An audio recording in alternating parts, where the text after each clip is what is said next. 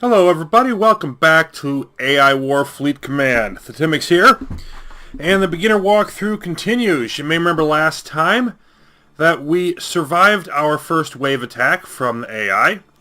99 space tanks came in here, we took them out, and we got a few things damaged, but nothing too seriously, didn't really get anything destroyed.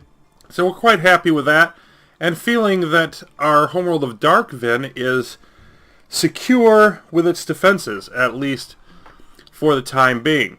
Now, one real quick technical thing, I also noticed that during that battle, sound effects were quite loud, so I knocked those way down so the sound balance should be a little better. Feedback on that always very much welcome. A couple things about this battle. First of all, if we look up here at our metal, we've got a scrap line just below the middle there, gathering scrap from Darkvin, 121k orbiting scrap, 40% salvage efficiency. We're getting 284 per second, losing 427. And eventually that will all go away. It won't last a super long time, but that's because of the ships we blew up. We're salvaging materials from them. The home command station gets 40% salvage efficiency. Other command stations will get less of salvage efficiency, but they will still get some. So when you survive an attack like this and you don't lose much, like we just did, they are actually doing us a favor by contributing to our economy. Now, the opposite is also true. If we attack them, we lose too many ships attacking an AI planet, then they will use that scrap and put together what's called a reprisal wave. And we'll get a warning that it's coming, just like the others. But they'll use that metal, build up a bunch of extra ships, and throw them at us in an attack. And so there's a very cyclical element to it again, the attack and counter-attack idea.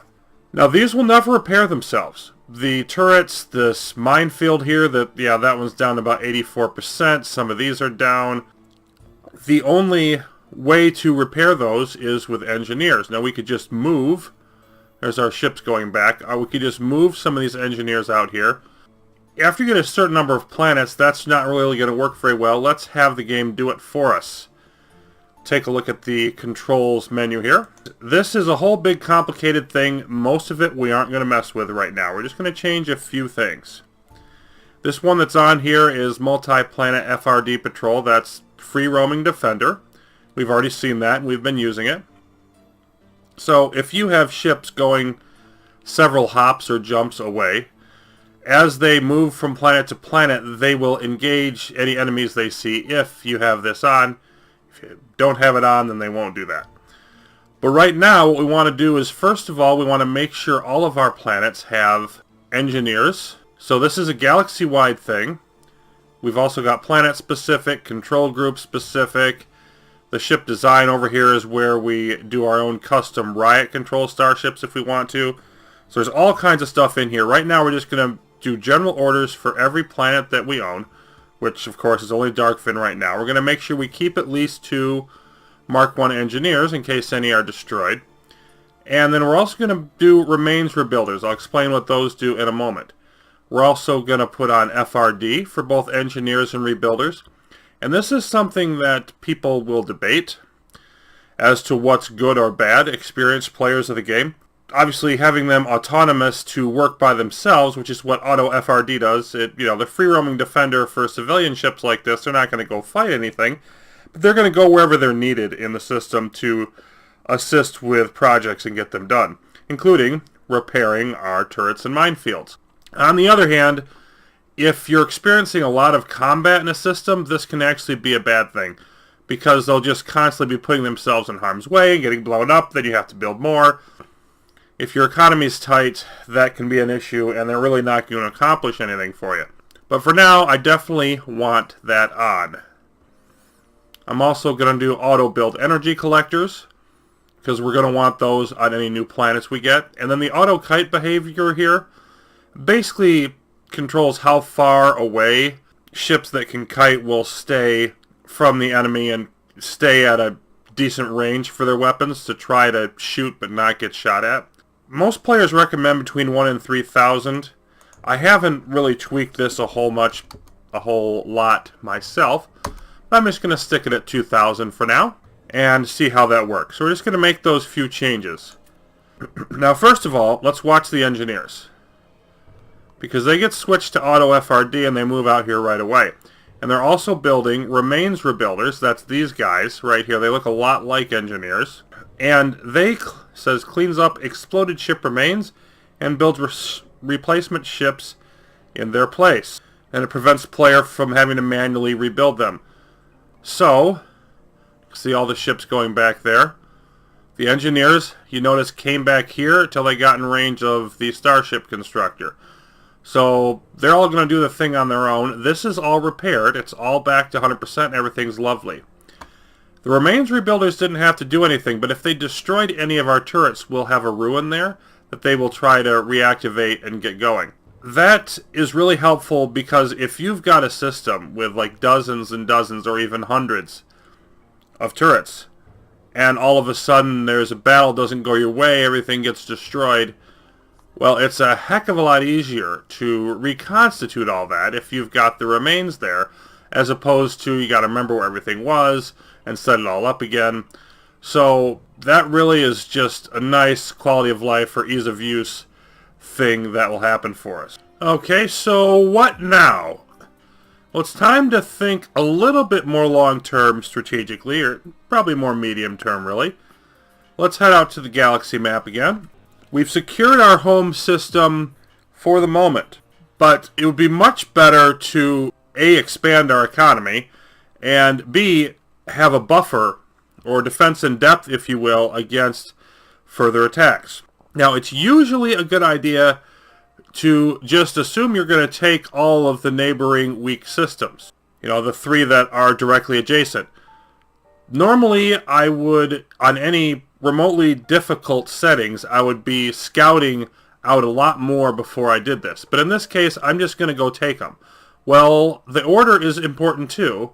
Usmar has got that backup design server. We're going to want to hack that. We don't have enough hacking to do it now, so we definitely don't want to take that first. Aosmity has the laser and force field generator combo that could be a little bit tricky. There wouldn't be anything wrong with hitting that first, but I'm going to go for the easy target in Slavboom. And I'm going to do this really in the simplest way, which is just with mass firepower. Going to leave these ships here to defend, the 70 or so ships that's under Group 1. I'm going to make a new Group 2 of everything else. So that's 270 ships, and we're going to send them all at the same speed, of course, group move, over into Slavboom. Alright, and here we are, coming in, taking out all the ships by the wormhole guard posts. And the question is whether we want, we're going to get shot at a little bit here, but that's no big deal, whether we want to take out these guard posts first or not. And I do believe that we do, so that because the ships that guard them will sort of wander off and do their own thing otherwise.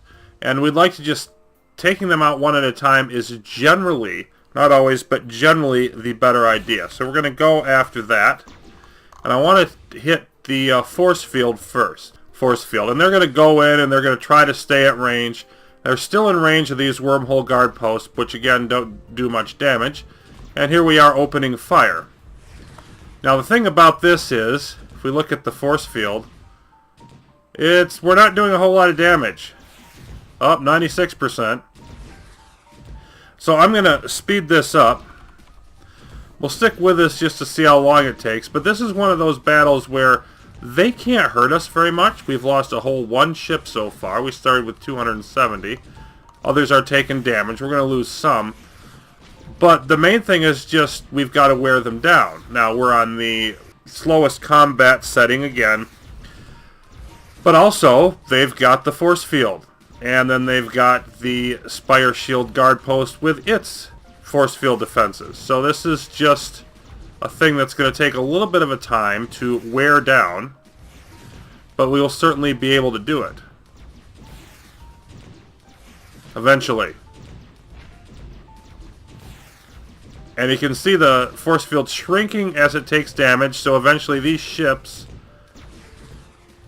are vulnerable outside of it. But I'm still having everybody attack the force field. I just want that gone. And then once that goes, they'll just attack everything else. See, there they go. Boom, boom, boom, boom, boom. And the guard post. Okay, that's gone. So now what? Well, there is the one other guard post over here, the Special Forces one. So I think that's what we want to hit next. Go ahead and do that. I'm going to speed this up a bit, because this journey across the system takes a little bit of time. And of course, we're going to have a similar type of fight, a little bit shorter, because they only have the one force field. And the Special Forces Guard Post can do some attacks on us, 10 attacks of 100 each. So we're going to lose, there goes some ships. We're losing some, but not a great deal. Just slow this down as we're about to wrap this fight up. So now we've lost 15 ships since we came in. Up 16 ships. But we've taken out both guard posts. Now we've got all of their stuff by the wormholes. That's nothing to be concerned about. Remember, the wormhole guard posts blow up automatically once you take out the command station. So it's time to just head over here to that. Okay, and now I just want to take out the ships around it first, because they're obviously going to shoot back. Take out what shoots back before what doesn't shoot back. And once you start attacking them, they all go aggro on you, activate, and they're going to try to engage us, but sheer numbers, you know, not going to go well for them. And we got some things happening over here. Boom, those are gone. Let's take out the warp gate. That goes down quickly. How about the command station? That'll take a few salvos. Yeah, and they always give you some sort of little snide remark when you take out one of their systems. They said insignificant. I don't know, it's pretty significant to me. Look what else happens here. We've got 7 threat ships. The ships that were around the wormhole guard posts, again, they're not there anymore. Goodbye. Have become threat. So if we don't destroy them, then they're going to stay as threat ships and perhaps join up with other AI ships and attack us at some point in the future. What I want to do here, first of all, is just set our fleet to free roaming defender and have them go after these guys. Now look at those. They retreated through. You can see there's 3 of them that are in Osmody. They, instead of fighting, they retreated. These did not. And that's one of those things that AI will be smarter about on higher difficulties. But in this case, we took out a few of them. They've got 3 threat ships left. Nothing we can do about that unless we want to go through there and attack them. We don't really want to do that right now. We've eliminated all of the AI ships and structures and everything from Slavboom, but we're not gathering resources on it. To secure the system and make it our own, we've got to colonize it. And to do that, we've got to go back to Darkvin. Okay, now we need a colony ship, command station, constructor ships, and there are those. 2,000 metal, no energy required. We can build up to 5 of them. Might as well build it near the wormhole that we're going to send it through. And once again, our engineers will waltz over on their own and go to work. Boom, it's ready. Let's send it through.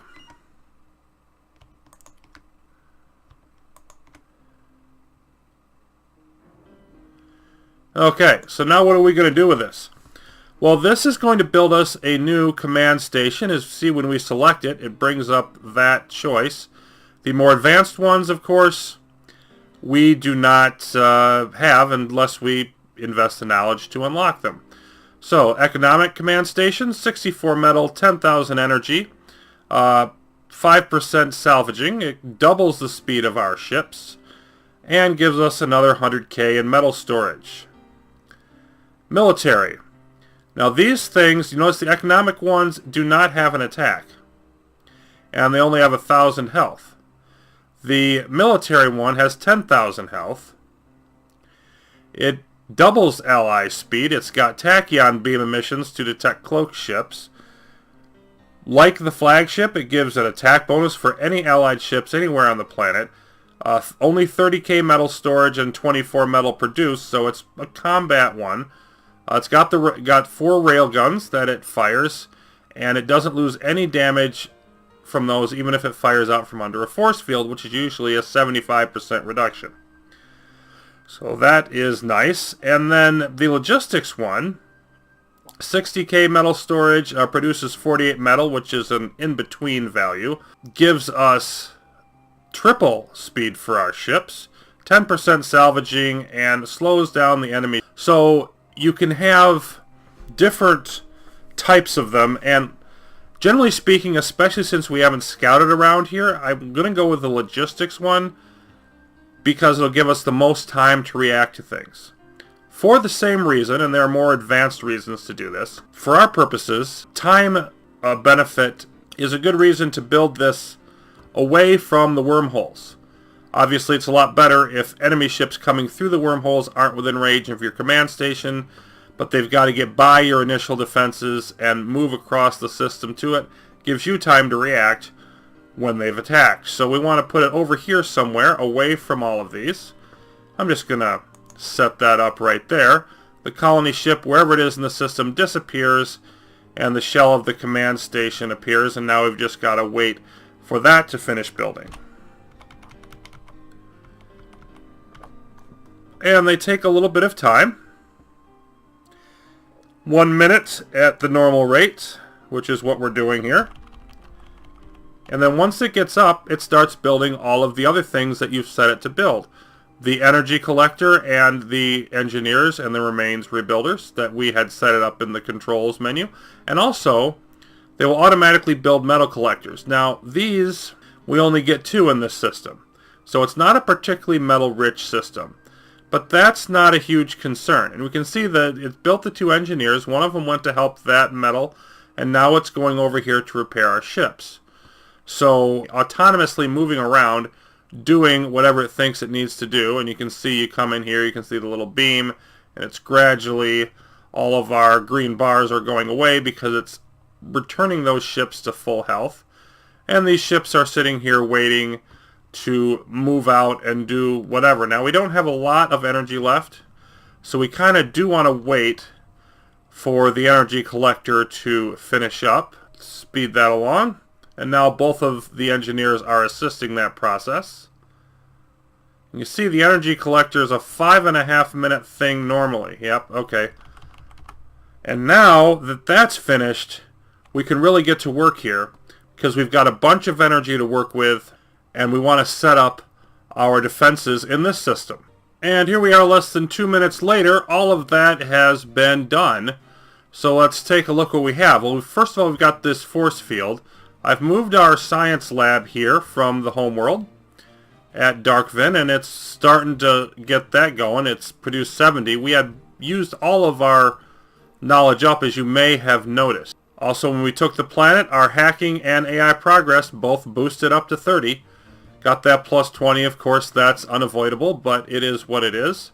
You can see our energy income is a little bit higher now with these 2 more metal extractors. We've got also a slightly higher storage, and we're fairly close to our peak. It was higher than this. It was up to almost 1.8 million, but we built a whole bunch of stuff here. Now, we did a very similar task to last time. I've got minefields. I've got various types of turrets. I also added in some missile turrets and some flak turrets. There they are.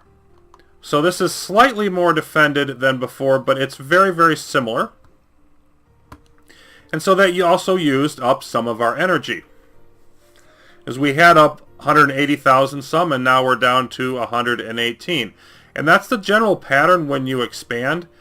You'll use some of your energy. Sometimes you'll use all or most of what you gain. in setting up defenses. But then at the same time, you're going to hopefully save up some to be able to expand your fleet. So that's going to wrap it up here for today. We have expanded and completely controlled Sloth Boom. If we look out at the galactic map, it's blue. It belongs to us, but it's not highlighted like this because it's not our home station. It's a special, little bit of a special icon there.